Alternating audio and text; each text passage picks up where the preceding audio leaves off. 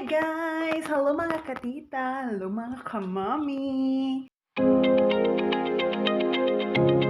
So ito na nga at hapon na, alas 4 na ng hapon. Ayan yung time. And gusto ko sanang lumabas at gamitin yung bike ko kaso hindi pa siya fully charged.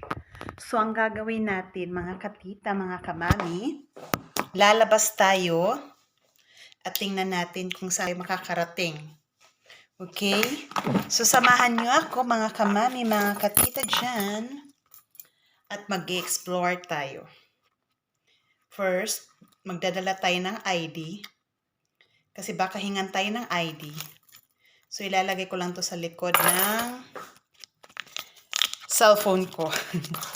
Hindi na ako magdadala ng card kasi hindi naman ako bibili. Magagala lang naman ako at maglalakad lang naman ako. So, isasama ko kayo sa paglalakad ko. By the way, kung nagtatanong kayo kung nasaan si Habi, kung nasaan yung asawa ko, pumunta siya doon sa bahay ng kaibigan niya, which is mga 10 to 15 minutes lang yung distance mula rito sa bahay. So, since wala tayong kasama, tayo rin ay maggala. Okay. Hey, mga katita. So, andito na tayo sa labas. O, ipapakita ko sa inyo. Yan, dito na tayo, naglalakad na tayo. Yan. Mga aso pa naman dito yung ibang may-ari, hindi nilalagyan ng tali. Ay, Diyos mio, Marimar. Ang daming aso. Ito yung ayaw ko pag naglalakad ako eh. Ang daming aso. Grabe. Ang lalaki pa naman.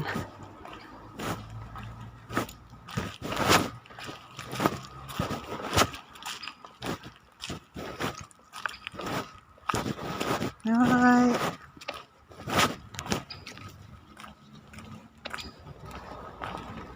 Di ba grabe yung aso? Ang laki. You know? Ang laki ng aso! Yung sarili kong maghawak ako ng ganun kalalaki yung mga aso. Grabe, andun dyan. Sa kanila parang normal lang eh. Pero sa akin parang, ay, buwis buhay ang magkaroon ng asong ganun kalaki, lalo pag hindi ka talaga sanay. Anyway, sanay naman ako sa aso, kaso siguro dahil may trauma na ako, kaya ayoko na talaga ng malalaking aso. Ayan. So, ang ganda ng view, ang likod ko. You know, natural lang yan. Yan. Tumadalo yung batis. Ganda. Ayan. So, lakad tayo. Tingnan nyo to guys, oh. Yan, mga bahay yan guys. Tapos yung ano nito, tapat ng bahay ay tubig na. Ang sarap tingnan. Paano kaya no pag dito ako tumira no? Tapos nasa taas ako. Napaka-peaceful. Siguro, tsaka siguro pag nasa taas ka, dyan ka lang sa balkonahe, masasabi mo talagang, oh Lord, salamat sa opportunity, tsaka sa blessing ng nature. Kasi grabe talaga ang ganda. Diba? At nakaka-relax. Halimbawa, sobrang stress ka na sa trabaho. Tapos, makikita mo yung ganito. Yung kulay green lang. Tapos, walang maingay. So, yun. Ayan. Ang mapapakinggan mo lang yung eroplano na dumadaan, yung huni ng ibon, yung tahol ng aso, yung may naglilinis sa mga grasses. Ganun lang yung naririnig mo. Sus, priceless na yun. Yung wala ka bang nakikita at naririnig na bangayan, yung wala kang nakikitang mga ganun, yung mga ganung klaseng hassle na laging may nagbabangayan. Akyat tayo. Aray. Akyat tayo. Tapos sa tapat nito, ayun. Ayan na. Tubig na. See? Ayan na. Di ba ang ganda? Ayan oh. Yan na yung makikita mo. Tapos yun sa taas, bahay na yun oh. Ayan. Ayan. Tas, ayan, makikita mo lang yung may mga duck, mga ganun. Ang sarap sa feeling. Yan lang yung nakikita mo. So yun, lakad ka lang dito. Ayan. Kasi yan, tubig na yan. Ayan. Ang sarap lang. Sana walang aso doon. Takot talaga ako sa aso. O yan. Ganda no? Super greenery lang din eh. Sarap. Sarap maglakad din eh. Ayan o.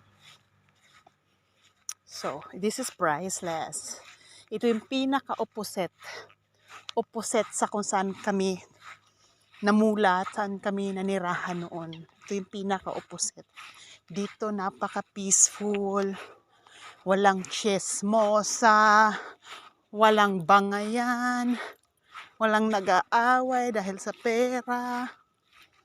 Yeah. Dito namumuhay ng tahimik. Walang inggitera.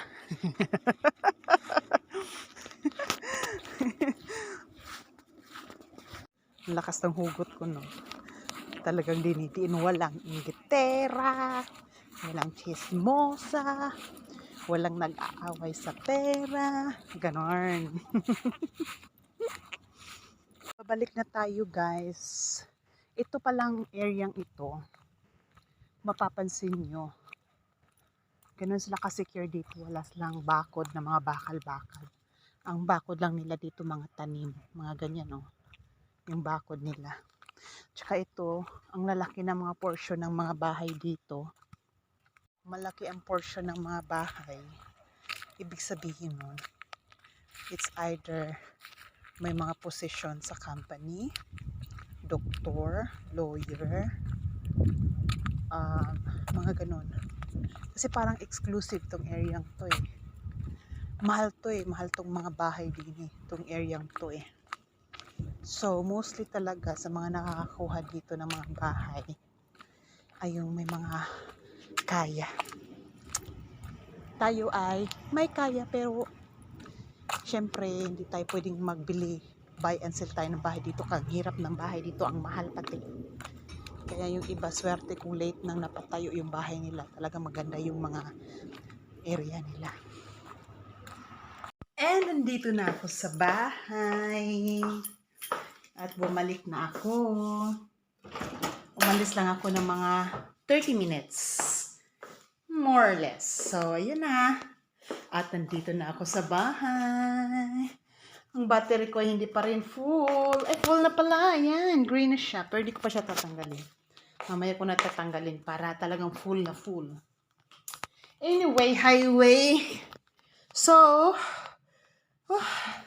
napagod ako sa lakad ko. Pero gusto ko makapag-unwind. Relax, my relax. Isiping mabuti ang mga gagawin.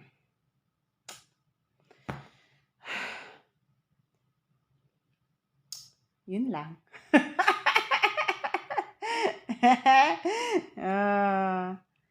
Anyway, thank you for watching. Don't forget to subscribe, share, and like. And don't forget to subscribe, share, and like. And don't forget to wala lang. Dinala ko lang kayo sa kung saan ako pupunta. Thank you so much for watching. Bye-bye.